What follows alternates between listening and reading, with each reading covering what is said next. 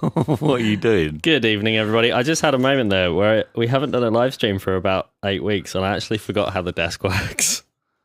I was like, wait, which button do I push? I can't remember. Push all of them. Push every button.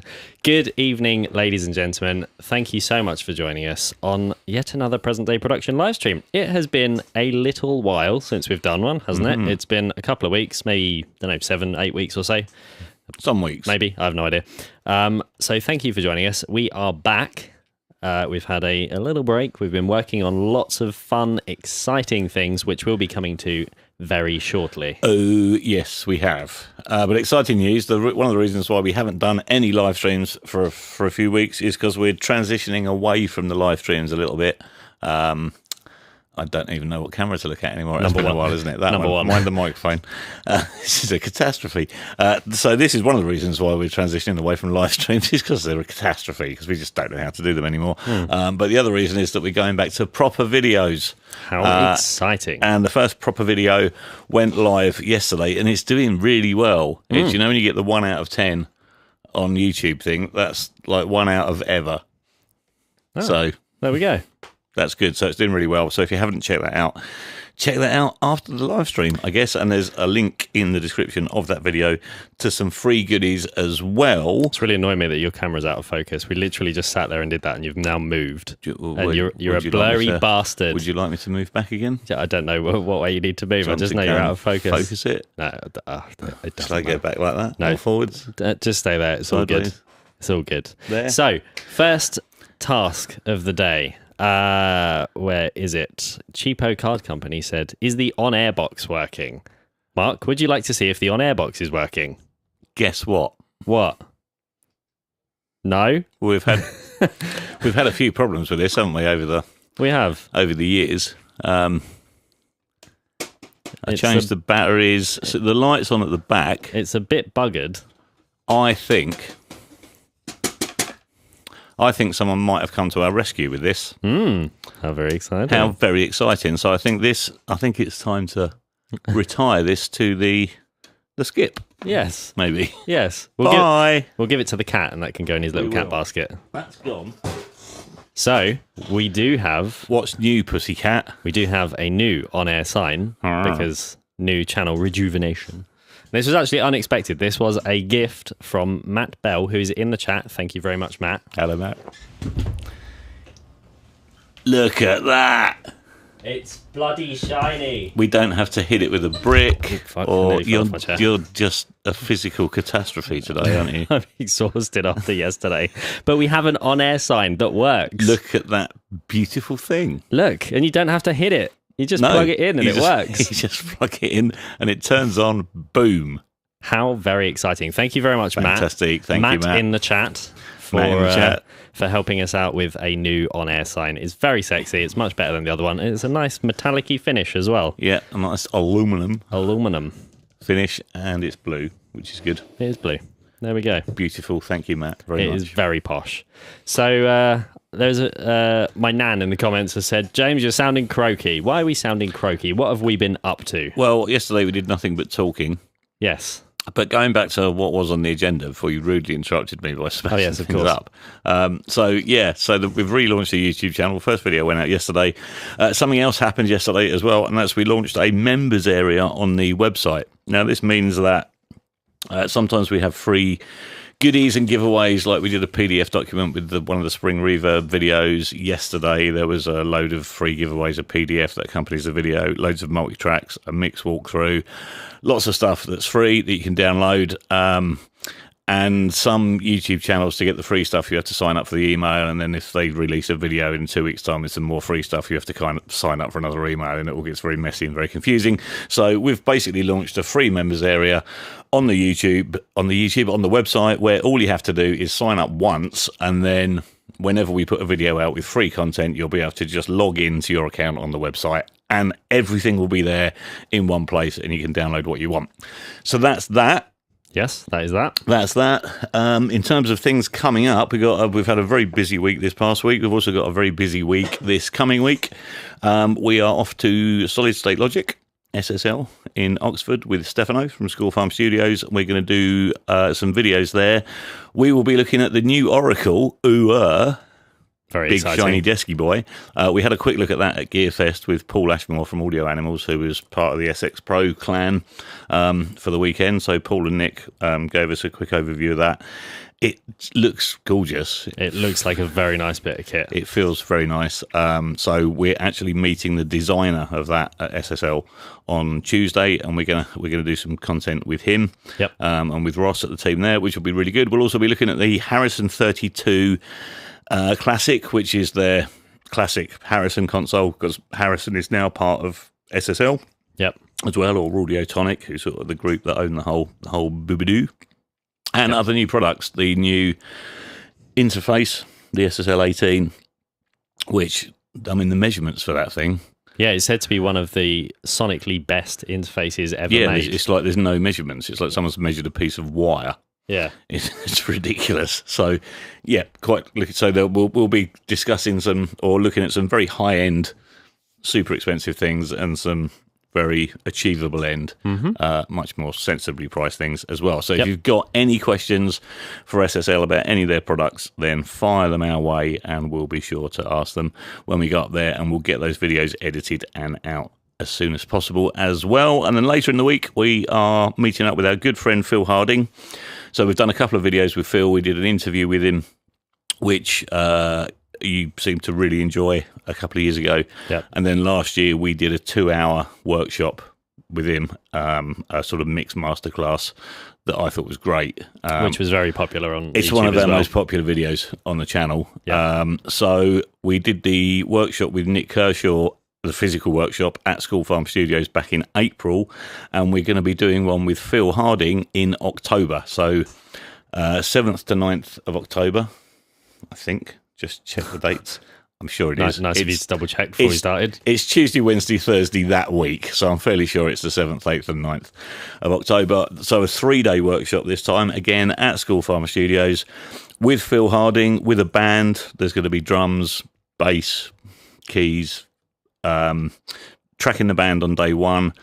Day 2 will likely be overdubs and horns, because Phil wants real horns on it. And then day 3 will be mixing, mastering, post-production, that kind of thing. Last time we had 13 people in attendance. I think this time around we're going to aim for less people than that, because we want everyone to get really hands-on with it. So it's going to be an extra day. It'll be 3 days instead of 2.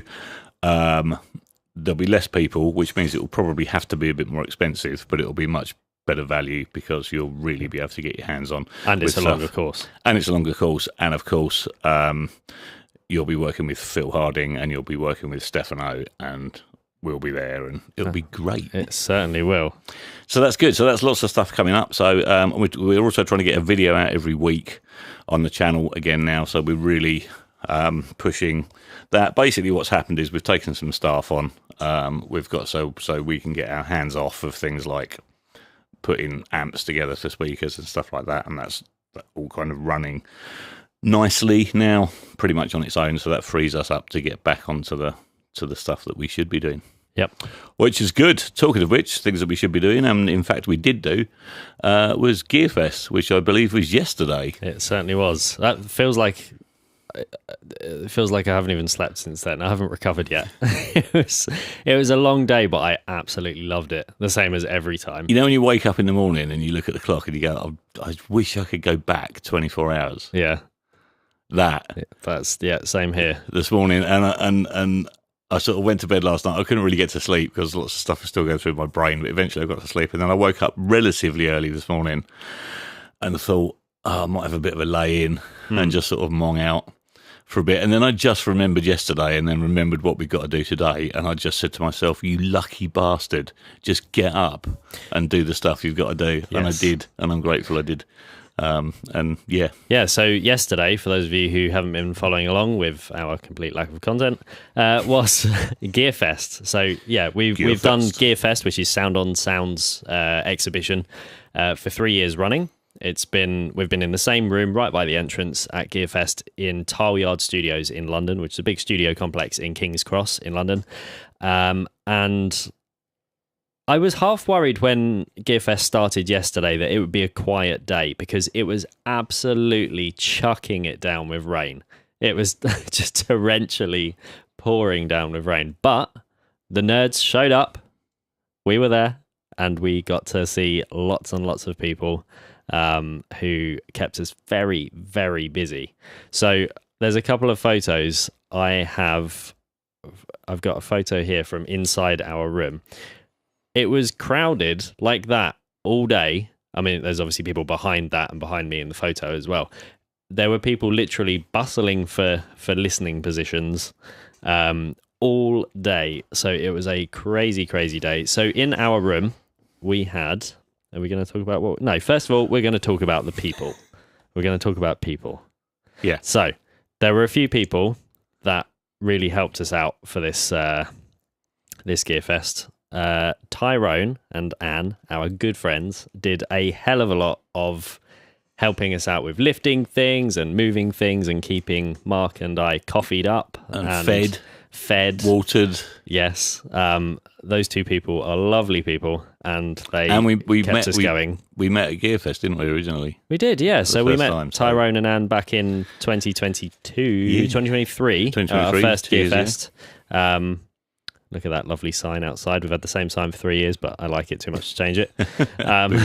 So, good old Tyrone and Anne showed up and kept us fed and watered, which is very much appreciated. Yeah, thank you guys very much indeed. And also a big shout out to Benj, who is our YouTube and Discord moderator and good friend, who bought us a pizza.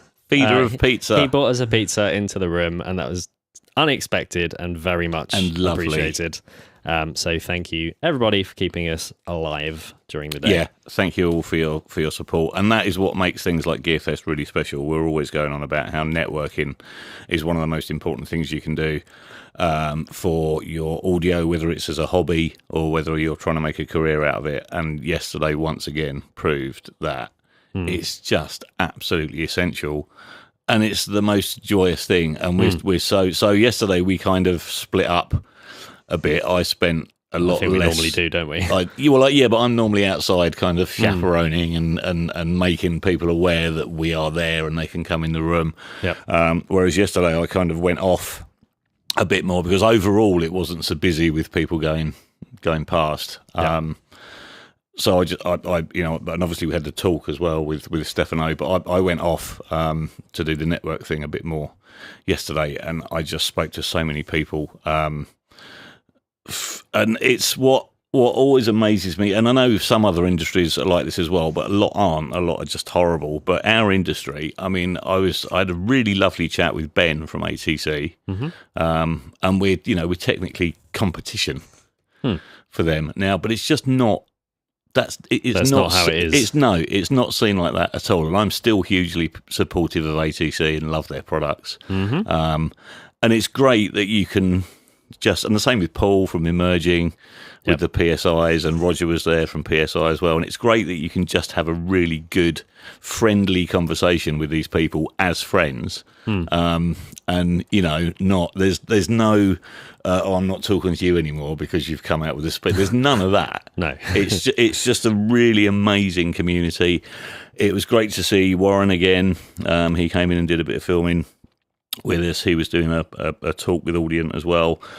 And so many people and so many freaky little accidents. So there's a gentleman by the name of Dr. Honecook Lee who has been making leaps and bounds in immersive recording. He's come up with this incredible microphone array that's so good. Andrew Sheps kind of got word of it and tried it out, and he's basically said that he only ever wants to record like that from now on. This is the way that we record now. It's that good.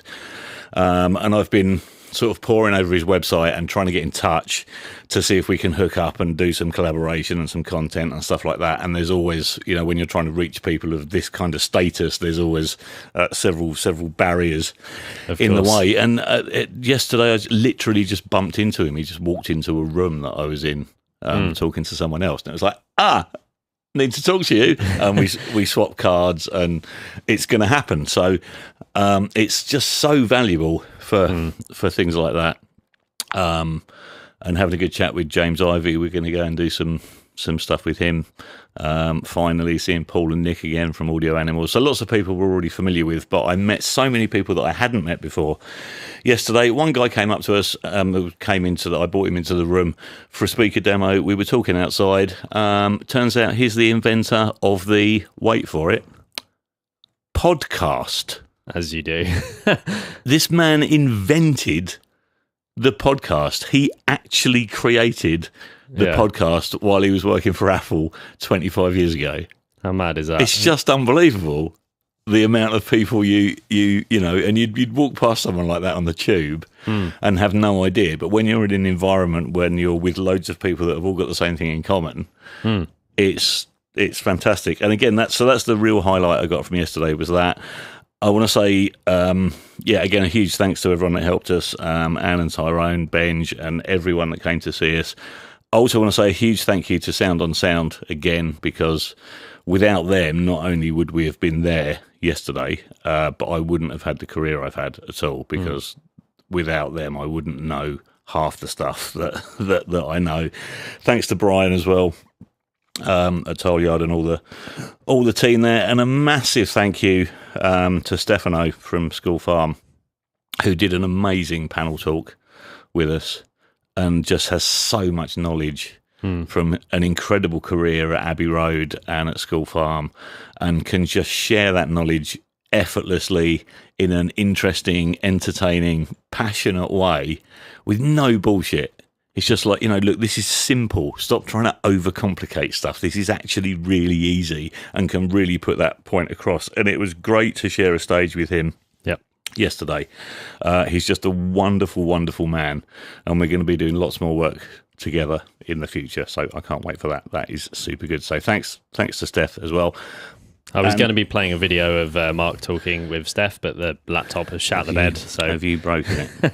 Can't do that, unfortunately. Give it another go, or is it dead? No, I don't know what it's doing. Okay, it's being stupid. Well done, Mac. Yeah, I hate this computer so much. That's the next thing. We'll get a new computer that isn't cursed. Yep.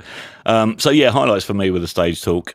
Just getting to meet loads of people that I already know, and just meeting a ton of people that I don't know or know of, but haven't had a chance to meet. So hugely valuable day for me yesterday. I got absolutely, literally soaked to the skin, and I just don't care. It was worth it, and it was great to see the sort of regulars. Paul Third, Ed Thorne were there as well. Just lovely guys, really nice guys. Thank you guys for coming and saying hello and hanging out. Just an amazing day. And I guess the highlight for you was the feedback that we got on those things over there. Those things. So. Yeah, we had the Mum 10 MB. There are a few people asking in the chat when the Mum 10s will be shipping. We do have everything we need for the Mum 10s, and we are working on getting those out into the world, so hopefully that answers the question. But we had the Mum 10 MB in the studio yesterday at GearFest. We had a oddly placed Mum 8 photo with an old photo of a Mum 8 that is no longer relevant, but basically we need a new roller banner. We'll do that for next year. We bought the roller banner about 3 years ago, just haven't bought a new one since, but we had the Mum 10 MBs, and we had immensely good feedback just the entire day. So the entire day we had people queuing out the door to get in the studio to hear us, which does happen most years, but it was insanely busy yesterday. And people were playing all different kinds of music. There was even like spoken word and stuff like that. So people were playing a whole variety of stuff through the speakers, and there was unanimously outstanding feedback on the monitors, particularly in the low end. The reaction to the low end in the room was unbelievable. So many people said, "Where have you hidden the subs?" Well, it was from us when we set up on Friday night. Yeah, it was like, right, okay. So what's the difference? This year we've got Mum 10 MBs. Last year we had Mum 10s. They're technically the same speaker, but in a slightly different orientation. The room's the same. The desk is ridiculously massive and with a ton of reflections. What's the difference? And there was only one difference, and the difference was the speaker stands. Indeed. And what that isolation did for the low end was nothing short of mind-blowing. Yeah, exactly. In terms of the tightness of the low end, the complete lack of anything going into the floor or through the stand. Yeah, even to the metal part of the stand. This bit here. Which nothing. is, what the isolation bit's designed to do. But I was absolutely gobsmacked by the low end response in that, because we're not overly familiar with that room, but we know it enough.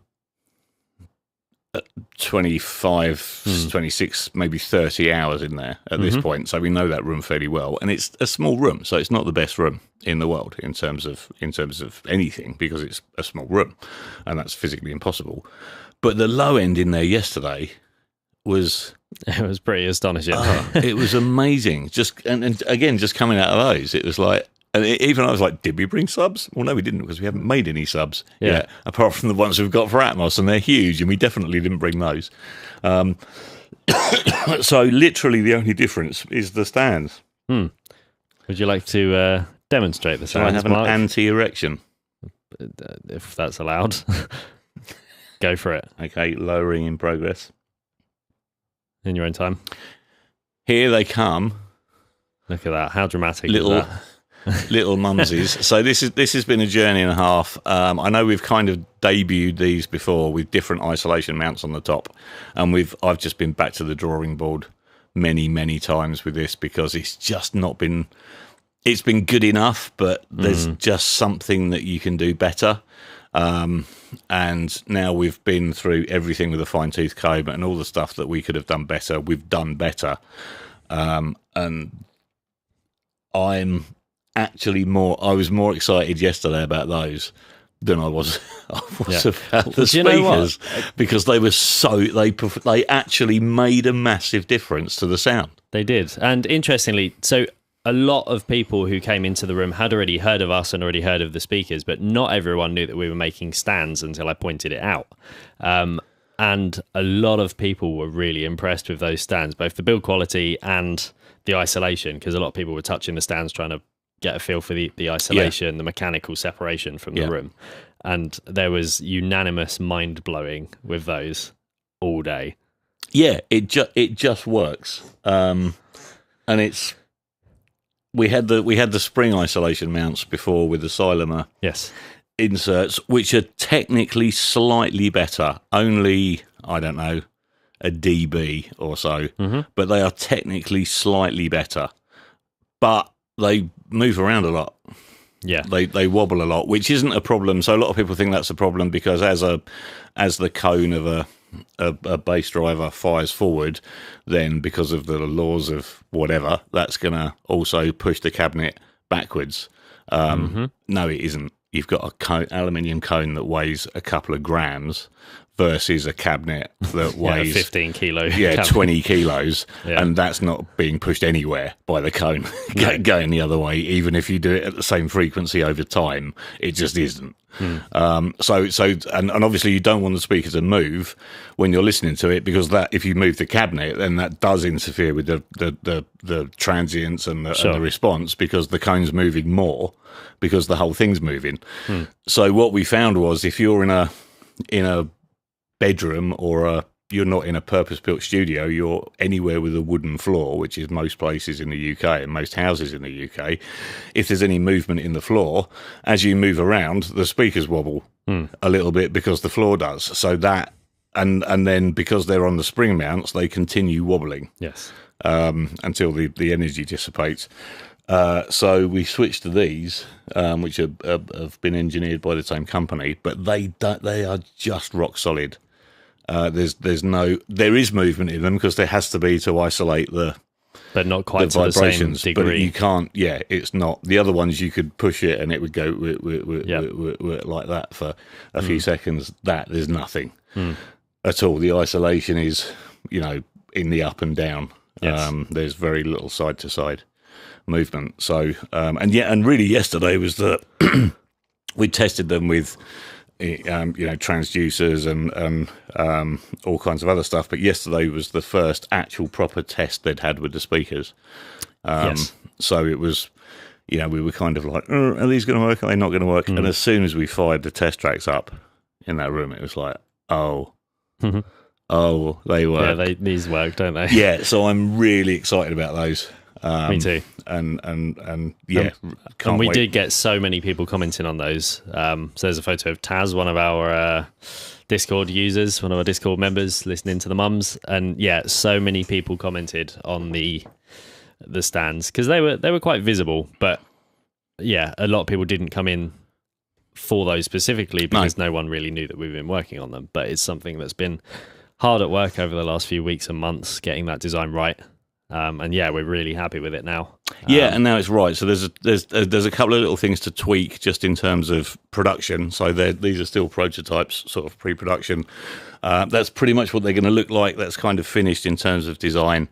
But there's just little tweaks we've got to make. So, for an example, a tweak will be lots of people asking us if they can just buy the isolation platform because the Mum 10 MB is the Mum 10 meter bridge. So you might want to put your Mum 10s on a meter bridge, in which case you don't want a speaker stand, but you still want to isolate the speakers from the meter bridge, in which case what they're on now would be perfect. So, lob the stand off the bottom and you can put that whole assembly on your meter bridge. So lots of people asking us if we will sell the isolation platforms on their own. And the answer is yes, which means I just need to tweak the mountings so as the bolts that are currently sticking out the bottom aren't, and the nuts are recessed into the platform, and just so as it's got a smooth non-slip surface on the bottom, and a smooth non-slip surface on the top. And then there's little tweaks we need to make for some bigger studios and institutions like the BBC, where for health and safety reasons the speakers have to be mechanically mounted onto the stands so as they can't be knocked off, and then the stands have to be mounted to the floor so they can't be knocked over. So there's lots of considerations for that in sort of educational establishments and places like the BBC and bigger studios again. So there's some little tweaks to do before we start the first production run. Excuse me. But, it's basically there, and it works, and we're really happy with it. Yep. Trevor Noakes has said, are the stands going to be supplied in matched pairs for the actuator movement, or are they calibrated in our workshop? We're going to check everything with every pair that we build to ensure that everything matches up as the stands go up and down, because obviously you don't want one stand ending up an inch higher than the other one at their furthest travel. So yes, we'll be checking everything, calibrating everything, making sure that everything... Yeah, out the box, they won't do anything if you plug them in. Even with it, so you can control them from an app, or there's a physical switch you can control them for. But out the box, they won't do anything. You have to calibrate them and align them first. So we have to do that. There's specific software that we have to load onto them to load on that programs in the sort of extent of the excursion and stuff like that. So so they'll be fully calibrated and tested as matched pairs before they leave the building, but they're not just limited to pairs. You could have 1, you could have 2, you could have 4, you could have 16. So if you want a crazy sit-stand Atmos set up, you could do it. But it also means, because we can get shorter actuators and make shorter versions of the stand, that can now also form the basis of our forthcoming desk. So if you want a sit-stand desk in the studio, you can also have sit-stand speakers. So the whole thing ties in together. It can all be networked together. So as your desk, if I'm fed up with sitting down, I want to stand up for an hour, so you raise the desk up, and as you raise the desk up, you also raise the speakers up as well. And we have to save presets on the app, so you can just push a button and it goes to a predetermined height. And the other thing that we realised as well, which I know we've mentioned before, is that in most domestic rooms in the UK and really around the world, you've got kind of 8-foot ceilings. And when you're sitting listening to your studio monitors, your bass driver generally tends to end up at around 4 feet off the floor, which is also around 4 feet from the ceiling, which puts it right in the middle of the floor to ceiling ting. And then room modes can be a massive problem. And I know of many people, myself included, that in other locations have spent weeks chasing their tail, trying to tweak treatment in the room to minimise room modes, completely forgetting about the one between the floor and the ceiling, including in that room there. And it was actually Yesko that said, when we were talking about the last couple of problems we had, he said, well, he just typed the numbers in, and it's your floor to ceiling. Yep. And we were like, oh, yeah. Yeah, you just forget about it. The great thing with these is because you haven't got, if you want to adjust the height, because you haven't got to take the speakers off and then faff around with stupid twisty brackets or pushy through pin things or any of that crap, you can sit in the listening position with your phone, and just moving the speakers up and down an inch or two can make such an enormous difference to the bass response in the room, because you can just get it slightly out of that danger zone. So I mean, as an example, this wasn't an up-down thing, but a slightly forward and backward problem, but the same logic applies. One of our Mum 8 users in London, I went to his room to try and just help set the speakers up and stuff like that, and there was a 42 decibel dip at 100 hertz, just a really narrow Q dip. Literally 42 decibels, humongous cut, and all we did was just experiment with position. We moved the speakers 2 inches, 3 inches, and that massively changed that dip to only around 5 to 6 decibels. So you'd managed to gain back about 36 dB just by moving the speakers. And it made such a massive difference, but it hadn't really been considered before. It was like, how can we EQ this, or what can we change in the that's the thing, isn't it? It's hard work. And that's where a lot of the modern technology we have now has actually made things worse, because a lot of people would just stick the speakers where they look best and then try and EQ that dip back in.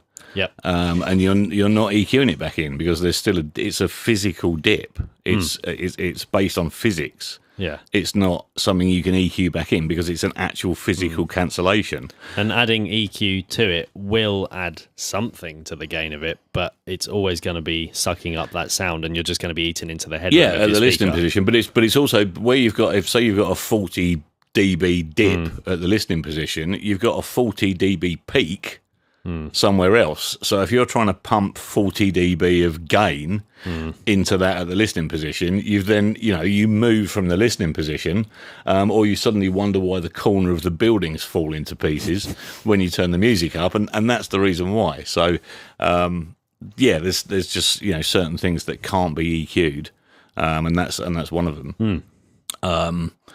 And that's why this makes that a lot easier, because it's fairly easy to do the sort of wall-to-wall thing by simply, when you're setting up the room, just put one speaker in the corner of the room, because that's where the place at which it will most excite the room modes. One speaker in the corner of the room, play some bassy music you're really familiar with, or if you don't want to do that, you can use sine waves and sweet tones and stuff like that, but in the real world we don't listen to those, so it's they're great for measurements, but it's very difficult doing a listening test with a sine wave. What I like to do is I like to program in a couple of octaves of bass in Logic and just loop it, and then listen for any notes that stand out, and that's really easy to hear.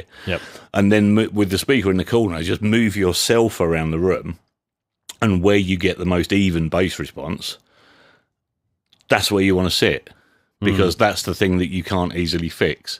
So it's best fixed by positioning. So sit there where you've got the most even bass response, and then and then that's the difficult bit. So then sort the rest out. So the mids and the highs are relatively easy to treat and to deal with. So do that, and then set the speakers up in a small room as far to the back wall as you can, in a sensible position for a good stereo image. And then with these, the up and down, that's then going to improve the floor to ceiling response, and you can probably get that low end even flatter. And away you go. And if you buy the stands and don't have any Mum 10 MBs yet, you can put your cat on there. They are cat sized. Cats will fit on there. They will fit on there. We had so many people yesterday that said, will this support my cat? And I was like, yeah, it absolutely will. It would have to be a damn heavy cat to break those stands. Well, it'd have to be over 250 kilos. There we go. Which is a substantial bit of pussy. That's a lion. I don't even think a lion's 250 kilos. That probably is, actually. I don't know. But I don't know. If anyone's weighed a lion, please let us know. So here's an interesting question from Gotya saying, have you already covered this? Is there a reason why there's 3 touch points versus 4 on the stands? So when we originally designed the stands, there were 4 suspension points, 4 of those absorbers. But within the process of refinement and upgrading and testing, 3 performed better, because there's a specific threshold at which these absorption systems start to work at their best, and if you're splitting that load over 4, you're getting less weight on each module, basically, because you're dividing that weight by 4. If it's split between 3, there's then more mass on each of the absorption systems modules, and they work slightly better. And if you have a triangle of 3, it's much harder for things to wobble. Well, it's impossible for things to wobble.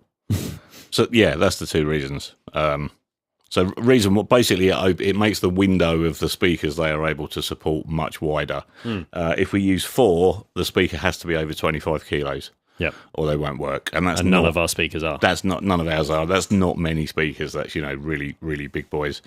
With 3, then I think that brings that down to about 12. But up to kind of 50. So it basically widens the window. Yep. And again, like James said, 3 points of contact can't wobble. Yep. So if you have a cat with 3 legs, it won't wobble. Talking of cats, just had a comment saying the average weight of a male lion is between 150 and 250 kilos, and a female is 120 and 180 kilos. So these stands will support a lion. Yeah, your average lion supported. There we go. There we go. So yeah, we haven't done these live streams in a few weeks because we've been really focusing on content, and we've been working hard on the stands and all that other stuff, and getting mum tens ready to go. Where are we? Renee said in the comments, I missed last week's stream. No, you didn't. We haven't done one for about 2 months. We took a bit of a break, but we've been working on lots of stuff in the background, and working really hard to make sure it's as good as it can be, both in terms of content and products and stuff like that. And yeah, based on the feedback at GearFest yesterday, we think we're doing a good job with the products. The Mum 10s had really amazing feedback, and I was really, really happy with how they turned out and how everyone's opinions ended up. What was your favourite part of the day? My favourite part of the day, what, in terms of gear, as it was GearFest? Whatever, my favourite part of the day was the chatting to people, old and new. In terms of products, I did like the Oracle, I have to admit. See, I only got a 10-second look at it while I was quickly running around. I did like that. It was nice to go and see PSI's new, effectively main monitors. Although, to be completely honest, I still preferred the sound of the A17s. Interesting. But I didn't get the chance to really put them through their paces, so I was listening to someone else's demo, to be fair. But they certainly look impressive. They're big, big beastie boys. But my favourite product, and again, this is a small company that's just run by amazing people, are the Angry Box from Tantrum Audio and their new sub. Tom came and gave us a demo of those here, and I thought at the time these would make a killer Atmos system, right? With a sub. Yeah, okay, it's not going to meet Dolby's calibration specs. You're not going to get 85 dB full range out of a tiny little I speaker. think they cap off at about 10k-ish as well, frequency-wise. But it doesn't matter. It's good. They're good enough to do an Atmos mix, and they're not grot box. They're kind of hi-fi grot box speakers. So it's a grot box with a further reach into the high end. Yeah, and lots of people, Ed Thorne included, swear by them for just running your mix through to check the translation and stuff like that. So yesterday I got a chance to hear the subs with a 5.1 system with those, and they're just amazing. They're such good little speakers. And they're a good price as well. I think they're about £500 a unit, I believe. Yeah, I can't remember the price. But Benj has said in the chat, I love the Angry Box. I'm going to bin my mix cubes and get a pair. Yeah, I would. Yeah. And just on mic stands around the room. And they were great. Tom's also working on some fantastic software for calibration as well. He's a clever man. He's a very clever man. So we had a good chat with them yesterday. And I've promised Tom we'll give him a call this week and we'll get together and do a collaboration thing, because again, they're a speaker manufacturer, but it's a completely different thing. We're not in competition, and I just think what he's doing is absolutely brilliant. I think it's really, really good. The product looks really cool. It's all made in house. They're doing what we're doing. It's all some geeks in a shed, making some stuff because the stuff isn't available that they want at a price that they want it. So it's a very kind of similar ethos to what we're doing. So in terms of gear, that was the highlight for me, for sure. But it was just the people, getting to talk to the sound guys again. And, you know, the people we've just built relationships with over the years, and each year that gets a little bit stronger. Yep.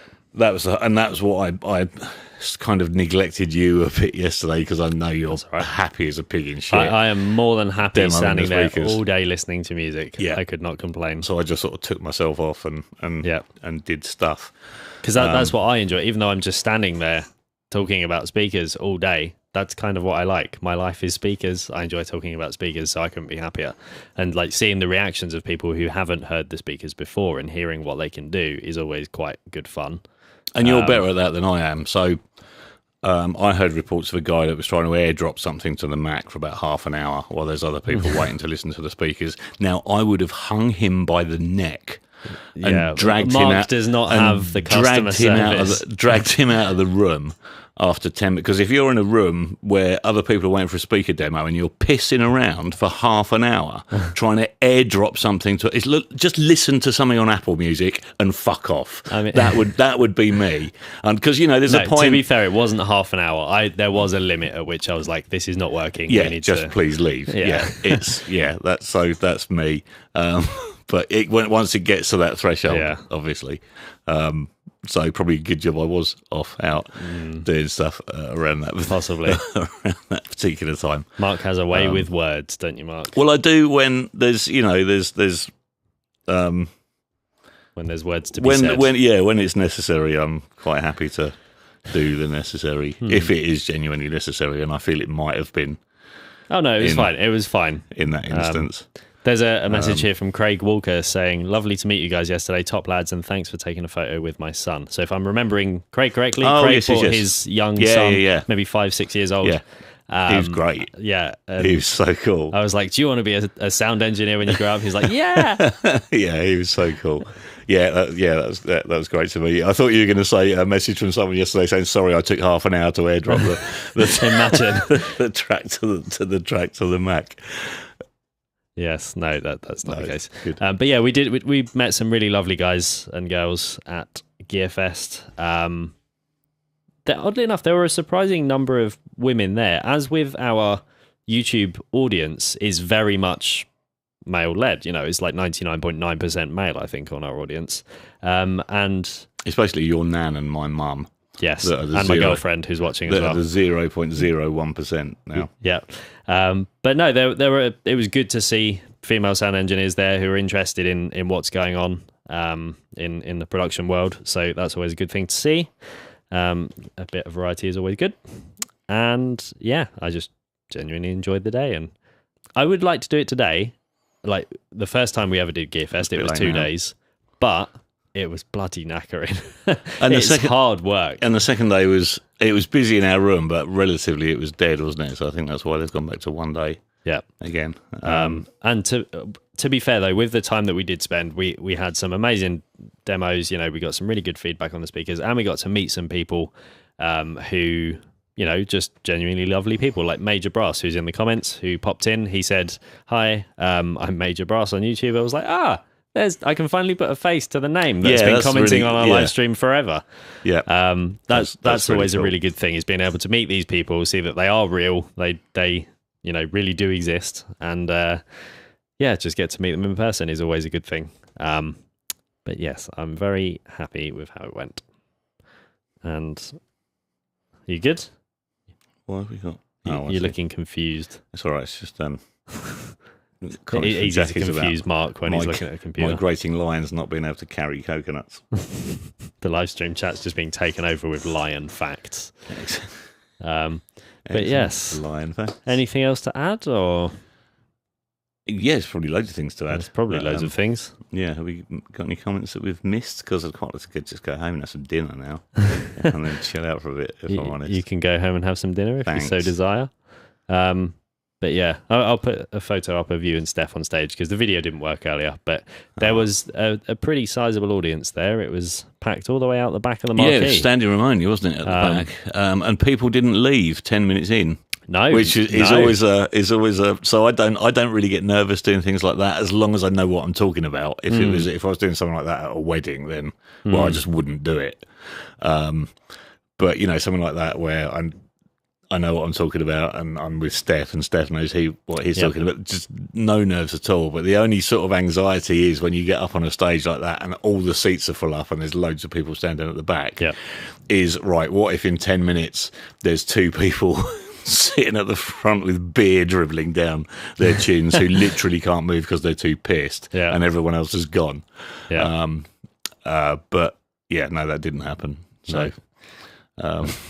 Yeah, no, we had a very respectful audience who didn't fall asleep, which was good. And I'd love to talk on stage next time. This time it was talking about recording. And as I was saying to you yesterday, like, I know my stuff with recording. I know how to record things. But I'm so far in nerd world now, like doing speaker things and design things. I love talking about speakers and acoustic treatment and stuff like that. So if we can do a talk about speakers next year, well, I'll no, be right we won't, because we weren't allowed to talk about God speakers, because then Adam, ATC, PSI, PNC, Tantrum Audio, then all the other manufacturers want to do a talk and talk about speakers. Not necessarily talking about our speakers, just how to improve your monitoring. You could talk about how to improve your monitoring or something like that, but yesterday we had to be completely brand agnostic and not mention our speakers. Otherwise, I'm not talking about trying to sell our speakers. I'm fully aware of that. I just mean talking about monitoring in general. Yeah, you could talk about monitoring in general. But then it's getting a bit too close to the mark, isn't it? So maybe. Which is why we chose to talk about something completely different. Fair enough. And not mention speakers at all. Craig said, what's our Instagram? Struggled to find you. We currently don't have one because a couple of months ago, my personal Facebook account was hacked and then subsequently banned, and we lost all our social media.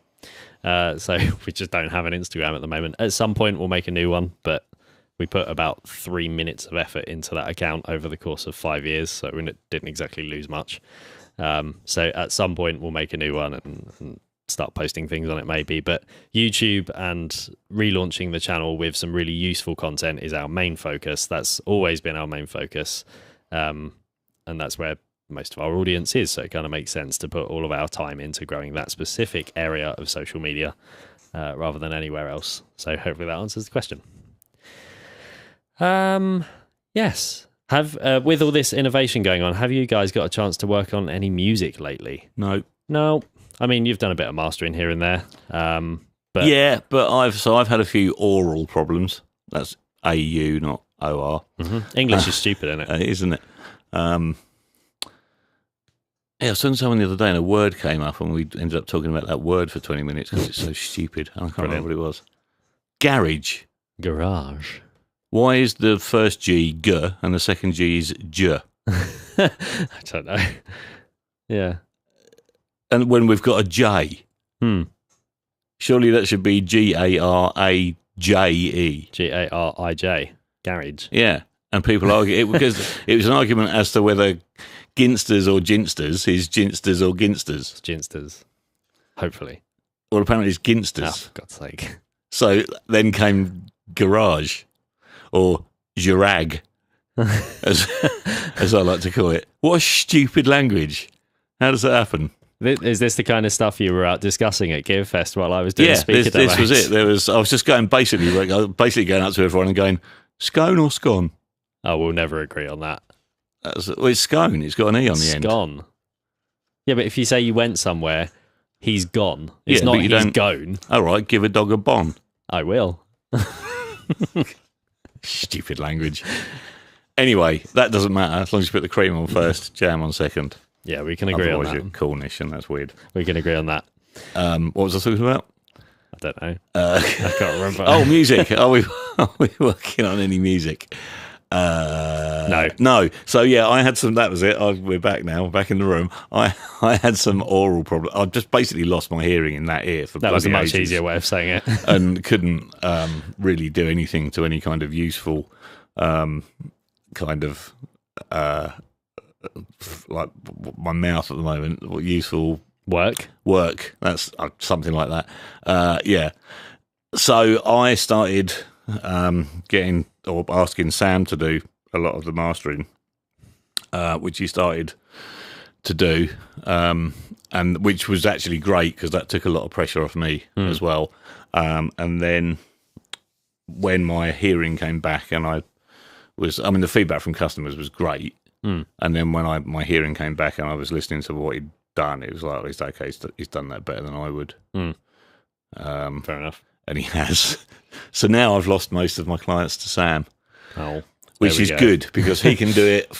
He can do it faster because he's got a bit more time than I have to actually do it. And he's also been doing the majority of our Atmos mixing as well, and he's absolutely nailing that because he goes in to huge geeky depths with things like algorithms and how it's uploaded and what happens with data compression and stuff like that I just don't care about. As long as I meet the technical requirements in terms of it's that and that, I'm happy. Yep. But he actually goes into real kind of optimization and how it translates to this, and okay, that's the recommended thing, but if you do that, it translates better to this and that. And he's yesterday Sam spent a lot of time talking to Rich from Dolby about things, about why Apple Music sounds slightly different to Tidal and why this thing with the button. I just don't care. I'm like, they'll all come together over time, but at the moment they are very different.